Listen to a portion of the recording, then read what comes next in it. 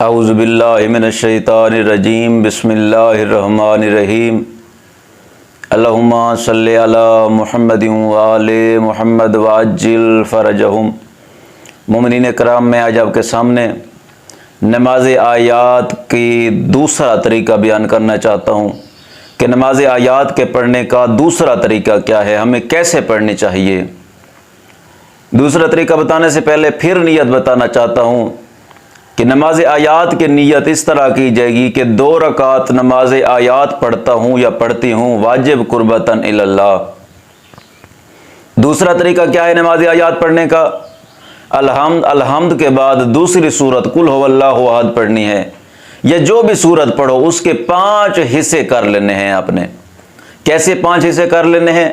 الحمد کے بعد پڑھوں گا بسم اللہ الرحمن الرحیم، فقط بسم اللہ الرحمن الرحیم، پھر رکوع میں جانا ہے، پھر کھڑے ہو کے بسم اللہ الرحمن الرحیم اب نہیں پڑھنا، اب کیا پڑھنا ہے؟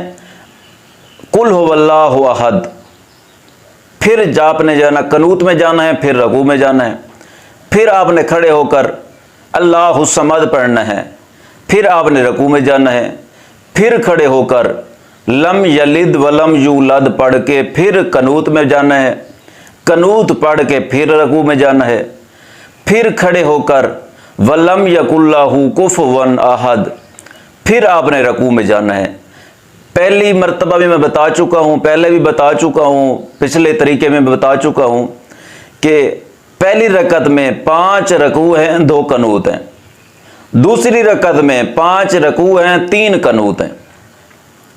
اب اس طرح پڑھیں گے کہ دوسری رکعت میں کھڑے ہو کر الحمد کے بعد بسم اللہ الرحمن الرحیم پڑھ کے قنوت پڑھیں گے، کیونکہ ہر 2 رکوع سے پہلے قنوت پڑھا جائے گا۔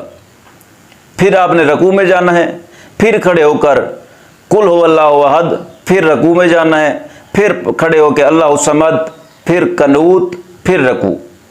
اسی طرح آپ نے 5 رکوع کرنے ہیں، دوسری رکعت میں 3 قنوت پڑھنے ہیں۔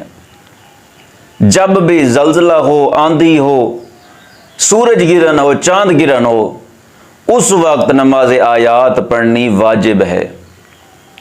تمام مومنین سے التماس ہے مجھے اور میرے خاندان کو اپنے دعاؤں میں یاد رکھیے گا۔ اگر پیغام پسند ہے اپنے دوستوں میں شیئر بھی کیجیے گا۔ والحمدللہ رب العالمین، اللہم صلی علی محمد وآل محمد وعجل فرجہم۔